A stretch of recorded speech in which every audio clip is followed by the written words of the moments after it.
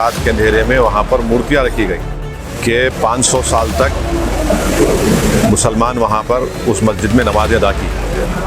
5 एकड़ के लिए नहीं गए थे हम कि हम बाबरी मस्जिद को हाथ नहीं लगाएंगे। Supreme court is supreme but not infallible. BJP और संघ परिवार के हौसले बहुत बुलंद हो गए। और तुम तुम्हारी माँ की मौत को बोल सकते हैं क्या? मस्जिद को छीन लिए। भाई आप लोग मस्जिदों को आबाद रखिए।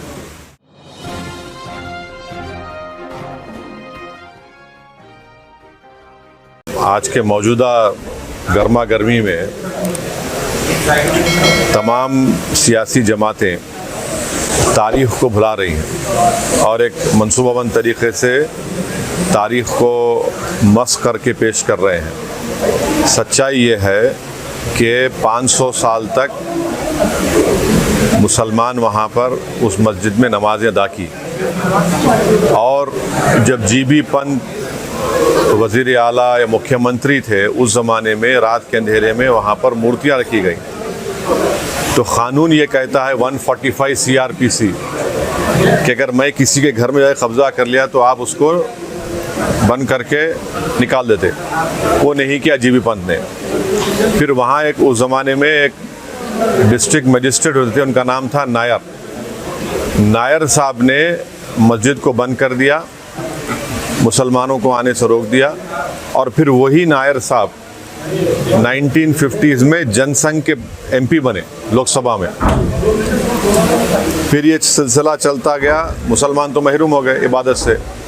1986 में उस ज़माने में बग़ैर मुसलमानों को सुने एक 26 पेज का ऑर्डर कोर्ट ने दे दिया। उस ज़माने में कंप्यूटर नहीं था। 5-6 मिनट की सुनवाई में 26 पेज का ऑर्डर दे दिए। तो यानी पहले से टाइपशुदा ऑर्डर था। और जज साहब अपनी किताब में लिख रहे कि मैं ये फैसला इसलिए दिया क्योंकि मेरे को ऊपर से इशारा हुआ। और इशारा क्या हुआ? जज साहब अपनी किताब में लिख रहे कि मेरे घर की दीवार पर और कोर्ट की दीवार पर मैंने 2 दिन तक एक काले बंदर को बैठते हुए देखा। तो बूटा सिंह मस्जिद शिलान्यास कर दिए। फिर 6 दिसंबर को जो डिमोलिशन हुआ उसमें बीजेपी के पूरे लीडर, संघ परिवार के पूरे लीडर सुप्रीम कोर्ट को जाकर ये वादा किए कि हम बाबरी मस्जिद को हाथ नहीं लगाएंगे। वो डिमोलिशन हो गया। अब तक सुप्रीम कोर्ट वो कंटेम्प्ट पिटिशन हियर नहीं किया। फिर सुप्रीम कोर्ट में टाइटल सूट का जजमेंट आया और टाइटल सूट के जजमेंट में सुप्रीम कोर्ट ने कहा कि फेथ की बुनियाद पर हम वहाँ पर मंदिर के जो डिमांड कर उनको देंगे। तो हम मुसलमानों का झगड़ा जो ये था ये टाइटल का झगड़ा था। हम वहाँ नहीं गए थे कि हमारे को यहाँ नहीं तो 5 एकड़ वहाँ दे दो। 5 एकड़ के लिए नहीं गए थे हम। तो ये फेथ की बुनियाद पर जब फैसला आया तो मैंने उस वक्त भी कहा, आज भी कह रहा हूँ कि वो जजमेंट के बाद ही बीजेपी और संघ परिवार के हौसले बहुत बुलंद हो गए। और मैंने जिस खदशे का इज़हार किया था वो आज बदबख्ती से सच साबित हो रहा है। आज आप देख रहे हैं कि कई पुराने इश्यूज खुल रहे हैं। तो जैसा कि सुनिए, सुप्रीम कोर्ट का एक साबिका रिटायर्ड चीफ जस्टिस ने अंग्रेज़ी में कहा था कि supreme court is supreme but not infallible. तो आज हम वही देख रहे हैं। और अफसोस ये है कि कोई 6 दिसंबर की बात नहीं करता, कोई जीबी पंत की बात नहीं करता, कोई डिसेस की बात नहीं करता। और जब आप इन तमाम सियासी जमातों से पूछेंगे क्यों नहीं बात करें तो बोलते अरे भूल जाओ ना भाई तुम लोग। मैं इन लोगों से पूछ रहा हूँ, तुम्हारी बाप की मौत को भूल सकते क्या? तुम तुम्हारी माँ की मौत को भूल सकते क्या? आप एक सिस्टमेटिक तरीक़े से इस मस्जिद को छीन लिए और कई इश्यूज पैदा हो गए। अब एक सिटिंग चीफ मिनिस्टर महाराष्ट्र का बोल रहा है कि हाजी मलंग दरगाह को मैं तब्दील कर दूंगा। सुनेरी मस्जिद दिल्ली का क्या किस्सा है बताइए आप। तो ये सब चीज़ें, ऊपर से मोदी ये चाहते हैं कि इससे मेजॉरिटी कम्युनिटी का वोट कंसोलिडेट हो जाए उनके लिए। और दूसरा उनका मकसद ये है कि भारत के मुसलमानों को उनकी हैसियत और उनका मुकाम दिखाना। वो तो बीजेपी तय कर चुकी है कि मार्जिनलाइज करना, पॉलिटिक्स से मुसलमान को मार्जिनलाइज कर चुके हैं। ऊपर से जो दूसरे पार्टीज़ हैं जो अपने आप को सेकुलर बोलते हैं, उन्होंने ये बोल रहे हैं कि हम हर ट्यूसडे को सूरजकांड पाठ और हनुमान चालीसा गवर्नमेंट स्कूल में पढ़ाएंगे। क्यों पढ़ाएंगे? गवर्नमेंट स्कूल तो गवर्नमेंट का है। गवर्नमेंट में पढ़ने वाले बच्चे हर मज़हब के मानने वाले थे, कोई मानता भी नहीं खुदा को।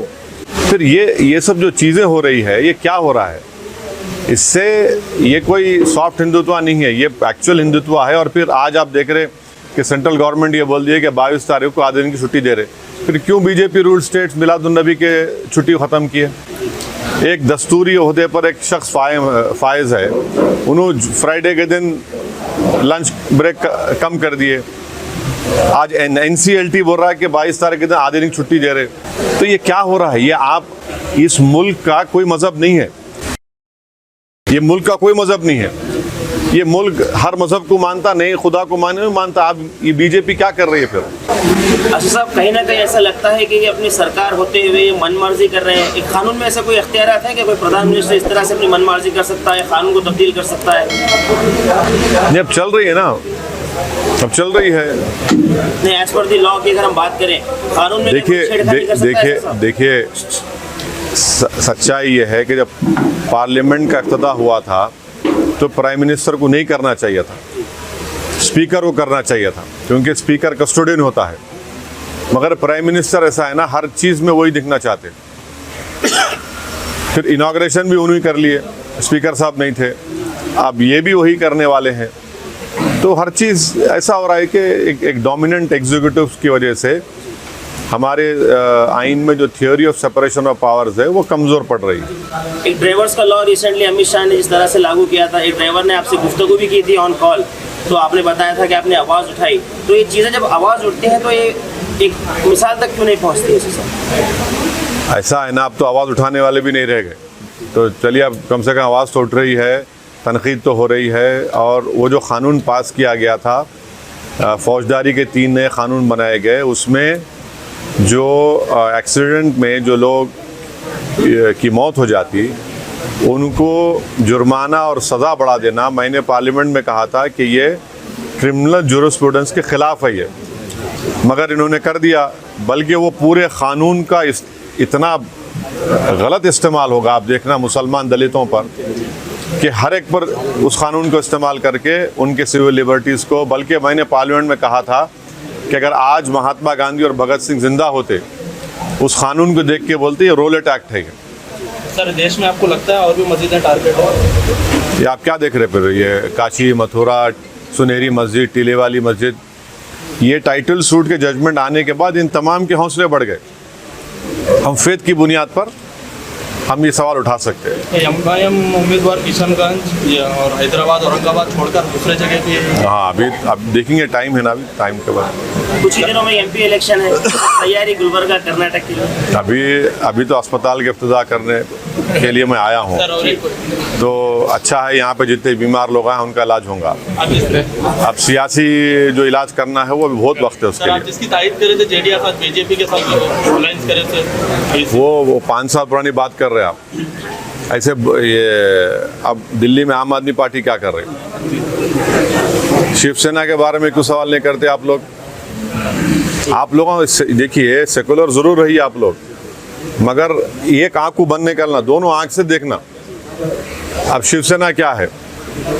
उद्धव ठाकरे को CM बनाने में मेरा और नासिर उस्ताद का तो हाथ नहीं है, ना अल्ताफ भाई का है।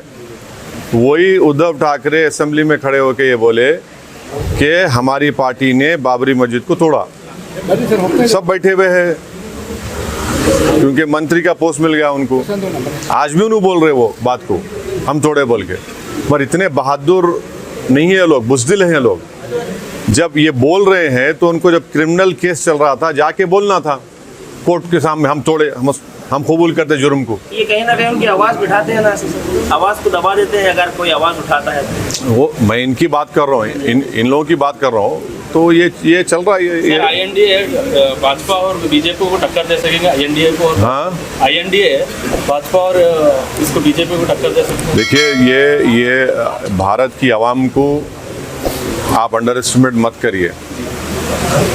जब भारत की आवाम इस बात को महसूस कर लेगी कि मैजिक शो चल रहा है और मैजिक शो में ना नौकरी मिल रही, ना महंगाई कम हो रही, ना चीन हमारी ज़मीन छोड़ के जा रहा। मैजिक शो में मैजिशियन क्या कर रहे, वो ऐसा टोपी में से खरगोश निकाल रहे। खरगोश में से एक फूल निकाल रहे हैं, फूल में से एक फुलझड़ी निकाल रहे हैं, पब्लिक उसी में खुश है। तो एक ना एक दिन ये मैजिक शो ख़त्म होता। स्कूल में मैजिक शो देखे ना आप लोग, मैजिक शो ख़त्म हुआ था, उसके बाद क्या होता, सब जने क्लासरूम चले आते। तो अभी मैजिक शो चल रहा। अच्छा साहब, चलते चलते मियाँ भाई के लिए कुछ मैसेज अपने मियाँ भाइयों के लिए? नहीं भाई, आप लोग मस्जिदों को आबाद रखिए, क्योंकि कुरान में अल्लाह मुसलमानों से कह रहा है कि जो लोग अल्लाह पर और आखिरत पर ईमान रखते हैं वो मस्जिदों को आबाद रखें, और किसी से नहीं डरना, मस्जिद को आबाद रखिए, आपका बहुत सा बड़ा काम हो जाएंगे इंशाअल्लाह।